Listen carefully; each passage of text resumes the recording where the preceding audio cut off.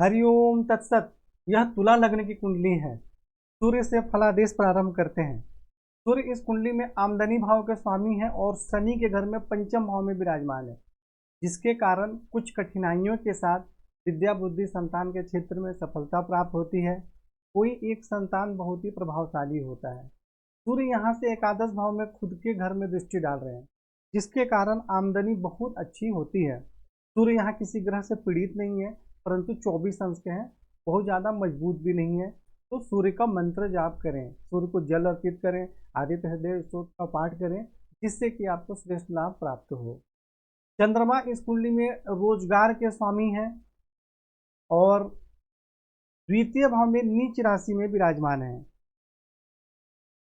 पिताराज रोजगार के स्वामी चंद्रमा द्वितीय भाव में नीच राशि में विराजमान है, परंतु चंद्रमा 3 अंश तक ही नीच राशि में माने जाते हैं।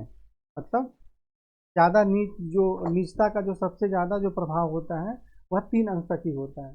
तो यहाँ तो 26 अंश के हैं, इसलिए चंद्रमा को नीच नहीं माना जाएगा। दूसरी बात कि मंगल भी यहाँ से दृष्टि अपने घर में देख रहे हैं, तो कई कारण हैं जिसके कारण चंद्रमा नीच नहीं माने जाएंगे। अब बाकी फलादेश देखते हैं। तो पहली बात कि चंद्रमा 26 अंश के हैं, बिल्कुल कमजोर है, दशम भाव के स्वामी होके बिल्कुल कमजोर हैं और उस पर केतु की दृष्टि है। नीच वाला तो सवाल ही खत्म हो गया, नीच तो है ही नहीं, परंतु यहाँ कमजोर हैं और केतु से पीड़ित है द्वितीय भाव में, धन एवं कुटुंब के घर में। तो उसके कारण क्या होगा, पिता राज्य रोजगार के क्षेत्र में कठिनाई एवं परेशानी होगी, धन एवं कुटुंब के सुख में भी कठिनाई एवं परेशानी होगी, धन का संग्रह ठीक से नहीं हो पाता है और आंखों से संबंधित परेशानी भी होने की संभावना रहती है। हालांकि यहाँ देखिए चंद्रमा 26 अंश के हैं और केतु 3 अंश के हैं, दोनों में बहुत ज़्यादा दूरी है, परंतु यह समझना कि बहुत ज़्यादा दूरी है तो इसका प्रभाव नहीं होगा, यह बहुत बड़ी भूल होगी। कई कुंडलियों में देखा गया है कि अंशात्मक दूरी होने के बाद भी उसका अगर परेशानी करने का योग बन रहा है तो रहता जरूर है, परंतु कुछ कम रहता है। तो इसलिए केतु से संबंधित दान एवं उपाय करना आपको अत्यंत आवश्यक है। और चंद्रमा को आप प्रबल करें, मोती धारण करें चांदी में, जिससे कि आपको रोजगार में भी सफलता प्राप्त होगी, धन एवं कुटुंब का भी श्रेष्ठ सुख प्राप्त होगा। मंगल इस कुंडली में द्वितीय भाव के स्वामी है और सप्तम भाव के स्वामी है, यानी पत्नी और दैनिक रोजगार के स्वामी है, धन और कुटुंब के स्वामी है। और मंगल अष्टम भाव में चले गए। कोई भी ग्रह छठे, 8वें, 12वें घर में चले जाते हैं और लाभ देने वाले होते हैं तो उनके फल में कमी हो जाती है। और मंगल पर राहु की दृष्टि भी है। अंश बल वाला जो दूरी है इसके विषय में मैं पहले समझा चुका हूँ। तो यहाँ देखिए कि मंगल सप्तम भाव एवं द्वितीय भाव के स्वामी अष्टम भाव में चले गए और उस पर राहु की दृष्टि है। तो जिसके कारण क्या होगा, पत्नी, वैवाहिक जीवन, दैनिक रोजगार, धन एवं कुटुंब के सुख में कठिनाई एवं परेशानी होगी। स्वास्थ्य एवं आयु के संबंध में भी परेशानियों का सामना करना पड़ता है। तो इसलिए यहाँ आपको मंगल का मंत्र जाप करें, क्योंकि मंगल भी 23 अंश के बहुत कमजोर है। यहाँ मंगल का रत्न धारण आपको नहीं करना है। मंगल का मंत्र जाप करें, तांबे का छल्ला धारण कर सकते हैं, राहु से संबंधित दान एवं उपाय करें। मंगल यहाँ से दृष्टि डाल रहे हैं एकादश भाव में, जिसके कारण आमदनी अच्छी होती है, परंतु कमजोर है तो श्रेष्ठ लाभ प्राप्त नहीं होगा। और यहाँ से स्वयं अपने घर में भी दृष्टि डाल रहे हैं, तो धन एवं कुटुंब का सुख प्राप्त होता है। तृतीय भाव में दृष्टि डालेंगे तो पराक्रम में वृद्धि होती है, भाई बहन का सुख प्राप्त होता है। परंतु इन लाभ के लिए हमें मंगल का मंत्र जाप करना पड़ेगा और राहु से संबंधित दान एवं उपाय करना पड़ेगा। बुध इस कुंडली में भाग्य भाव के स्वामी होते हैं और पंचम भाव में विराजमान है। सूर्य के साथ 24 अंश के सूर्य हैं और बुध हैं 30 अंश के, तो दोनों में 12 डिग्री से कम का अंतर है, तो यहाँ बुध अस्त माने जाएंगे। तो यहाँ बुध के विराजमान होने से विद्या बुद्धि संतान का श्रेष्ठ सुख प्राप्त होता है, भाग्य की उन्नति होती है, धर्म का पालन करते हैं, उच्च शिक्षा प्राप्त होती है, आमदनी बहुत अच्छी होती है, बाहरी स्थानों के संपर्क से भी जीवन में उन्नति होती है। परंतु बुध को प्रबल करना जरूरी है, बिल्कुल कमजोर है, 30 अंश के हैं, इसलिए बुध को प्रबल करें जिससे कि आपको श्रेष्ठ लाभ प्राप्त हो सके। गुरु इस कुंडली में अकारक माने जाते हैं, तृतीय भाव के स्वामी हैं और षष्ठ रोग एवं शत्रु के स्वामी हैं और दसम भाव में उच्च राशि में विराजमान है। देखिए यहाँ 11 अंश के हैं और वक्री भी हैं, परंतु यहाँ गुरु अकारक होकर दसम भाव में उच्च राशि में विराजमान है, परंतु गुरु पर राहु की दृष्टि भी है, यानी दसम भाव में गुरु पीड़ित हो रहे हैं और अकारक भी हैं। अकारक नहीं रहते तो कोई ज़्यादा परेशानी नहीं होती, लेकिन जन्म कुंडली में अकारक भाव के स्वामी होकर और राहु से दसम भाव में पीड़ित होगा, तो जिसके कारण पिता राज रोजगार के क्षेत्र में भी कठिनाई एवं परेशानी होती है। शत्रु पक्ष से भी कुछ परेशानियों का सामना करना पड़ता है। और यहाँ से गुरु दृष्टि डाल रहे हैं अपने द्वितीय भाव में, तो जिसके कारण धन एवं कुटुंब का कुछ सुख प्राप्त होता है। और यहाँ से दृष्टि डाल रहे हैं चतुर्थ भाव में, तो कुछ कठिनाइयों के साथ माता भूमि भवन का सुख प्राप्त होता है। और षष्ठ भाव स्वयं के घर में दृष्टि डाल रहे हैं, तो शत्रु पक्ष पर प्रभाव रहता है, विजय प्राप्त होती है और नौकरी में भी सफलता प्राप्त होती है। ननिहाल पक्ष से भी संबंध अच्छा रहता है।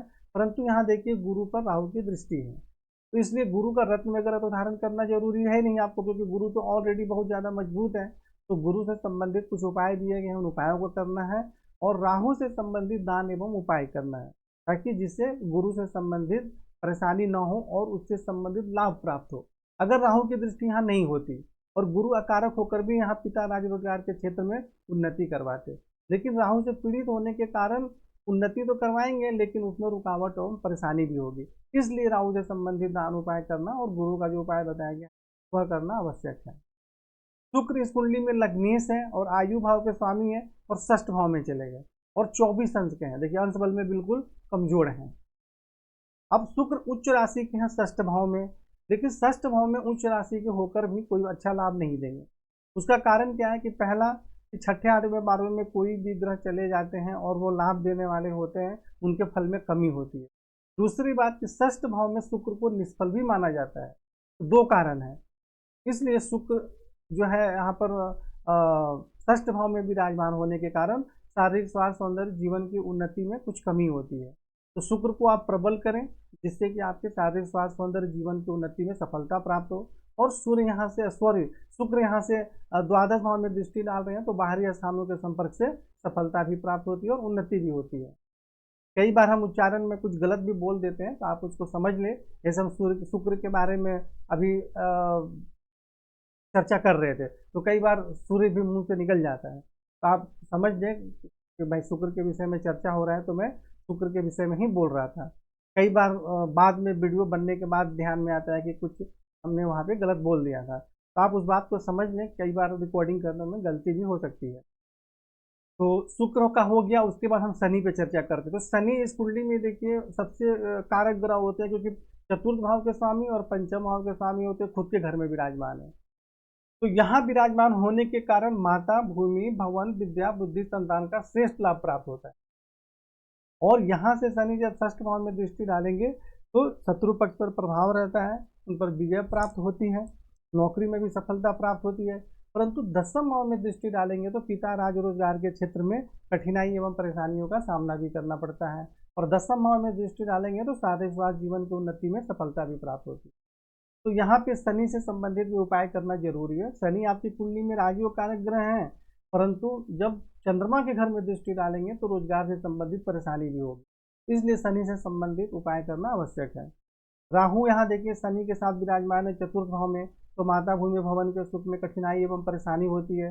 अष्टम भाव में मंगल पर दृष्टि के कारण धन कुटुंब पत्नी वैवाहिक जीवन स्वास्थ्य आयु के संबंध में परेशानी होगी। दसम भाव में दृष्टि डालेंगे पिता राज रोजगार के क्षेत्र में कठिनाई एवं परेशानी होगी। द्वादश भाव में दृष्टि डालेंगे तो बाहरी स्थानों से सफलता भी प्राप्त होगी। तो राहु से संबंधित आपको दान एवं उपाय करना है, इसका रत्न आपको गलती से भी धारण नहीं करना है। केतु यहाँ पे पिता राज रोजगार के क्षेत्र में कठिनाई एवं परेशानी होती है। और जब चंद्रमा पर दृष्टि डालेंगे द्वितीय भाव में तो धन एवं कुटुंब में भी परेशानी होगी, पिता राज रोजगार के क्षेत्र में भी परेशानी होगी। चतुर्थ भाव में दृष्टि डालेंगे तो माता भूमि भवन और शनि विद्या बुद्धि संतान के स्वामी हैं, तो इनमें भी परेशानियों का सामना करना पड़ेगा। और षष्ठ भाव में दृष्टि डालेंगे तो शत्रु पक्ष पर प्रभाव रहेगा, विजय प्राप्त होगी, नौकरी में भी सफलता प्राप्त होगी, परंतु पेट में किसी प्रकार की समस्या भी होने की संभावना रहती है। तो इस प्रकार आप कुंडली का फलादेश समझ गए और आपके कुंडली में सारे फलादेश उपाय टाइपिंग करके दिए गए हैं।